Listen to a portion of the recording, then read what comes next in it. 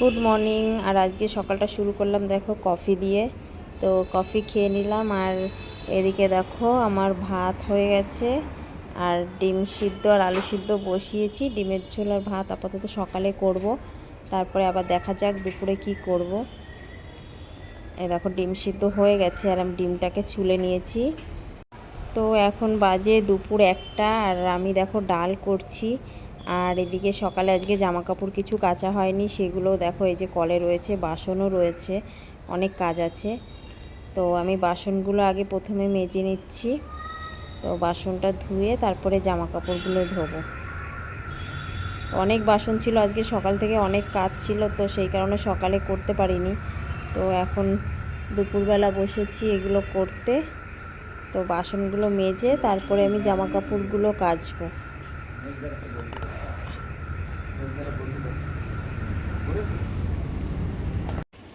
দেখো বাসন বাসন টাসন ধুয়ে নিয়েছি, আর জামা কাপড়গুলো কেচে নিচ্ছি। আর এত গরম পড়েছে না, তো দুপুরবেলা একবারে কি করি, জামা কাপড়গুলো কেচে ধুয়ে আমি একবারে স্নান করে নিই। কী হয়, একটু ভিজে গেলেও কোনো সমস্যা নেই, কারণ দুপুরে তো ভিজে ভিজে বেশ জামা কাপড় কাচতেও ভালো লাগে গরমের মধ্যে।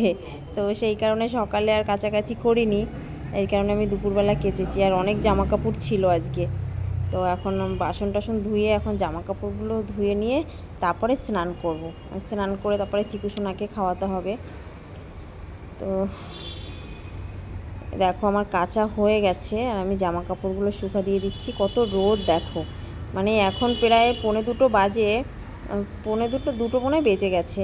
তো এই সময়টায় এখন জামা কাপড় ধুয়ে আমি শুকা দিচ্ছি, তাও বিকেলের মধ্যে পুরো শুকিয়ে যাবে 4টের মধ্যে, মানে এতটাই রোদ।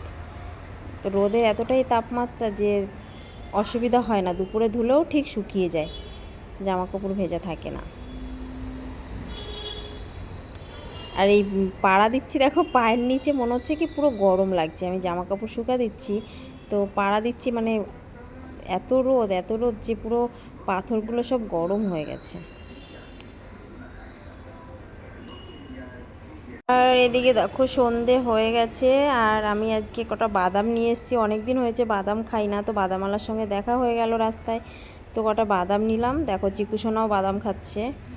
আর বাইরে এত মেঘ করেছে, দেখো বৃষ্টি চলে এসছে, এই দেখো বৃষ্টি পড়ছে।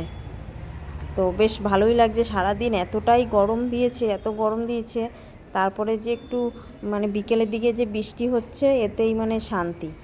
আর প্রচুর পরিমাণে বৃষ্টি হয়েছে আজকে। আর দেখো আমার বৃষ্টি দেখে আমার ছেলে বলছে আমি ভিজবো, বৃষ্টিতে নেমে গেছে। আর এদিকে দেখো আমাদের তোমার দাদা ভাই গেছিলো বাড়িতে, আমাদের গ্রামের বাড়িতে। তো গ্রামের বাড়ির থেকে কি কি নিয়ে এসছে দেখো। গাছ থেকে কলা কেটেছে, এগুলো হচ্ছে কাঁঠালি কলা। তো কলা নিয়ে এসছে, লিচু নিয়ে এসছে, আর হচ্ছে আম। তো আমটা কাঁচা আছে, সেই কারণে আমটা বেশি আনেনি, কমই এনেছে। তো পেকে যাবে যখন তখন আনবে, এখনও পাকেনি, কাঁচা রয়েছে। এদিকে দেখো চিকুসোনা কী করছে, একটা একটা করে লিচু নিচ্ছে আর খাচ্ছে। ওর বেশ লিচুটা পছন্দ হয়েছে। আর অনেক লিচু হয়েছে, আমাদের 2টো গাছে লিচু হয়েছে। তো আমাদের গ্রামের বাড়ি থেকে টেনে আনতে তো কষ্ট হয়ে যায়, তো বেশি আনেনি, অল্পই নিয়ে এসছে, তাও অনেকটাই এনেছে দেখো। আর কলা অনেকটা এনেছে। কলা যেহেতু তোমাদের দাদা ভাইও খেতে ভালোবাসে, আমিও খেতে ভালোবাসি, তো সেই কারণে কলাটা বেশিই নিয়ে এসছে। দেখো কত বৃষ্টি হচ্ছে, যেমন বৃষ্টি হচ্ছে তেমনি হাওয়া দিচ্ছে, আর তেমনি বজ্রপাত হচ্ছে, মানে এত জোরে জোরে বিজলি চমকাচ্ছে। মানে আমার ছোট ছেলে চিকুসোনা তো ভয়ে মানে কাঁদছিল, কাঁদতে কাঁদতে ঘুমিয়ে পড়েছে, এত বৃষ্টি হচ্ছে বাইরে। দেখো কি জোরে জোরে বিদ্যুৎ চমকাচ্ছে।